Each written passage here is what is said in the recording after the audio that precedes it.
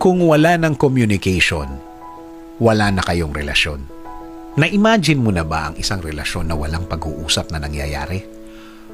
Parang hindi magkakilala. Parang dalawang magkaibang tao. Parang walang relasyong inumpisahan. Lahat naman ng relasyon kapag walang komunikasyon, patay na. Wala nang buhay yan. Wala ka nang aasahan dyan. Para kang nag-aantay na lang ng isa sa kanila na may maghamon ng hiwalayan. Nag-aantay na lang ng matinding away at yun na. Kaya kung nakakabalita ka ng paghihiwalay ng mga taong wala ka man lang nababalitaan na may matinding away at biglang naghiwalay, yun ang mga pagsasamang wala ng usap-usapan na nagaganap. Patay na rin ang relasyon kasi wala ng communication.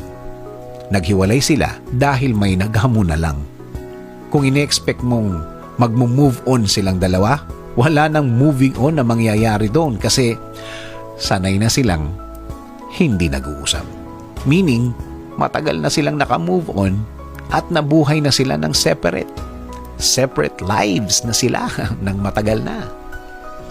Kaya kung ikaw o kayo na nanonood, huwag pabayaan ang komunikasyon sa inyong relasyon. Dahil once na pinabayaan nyo yan, dulo na yan. Kung merong malabo, pag-usapan agad.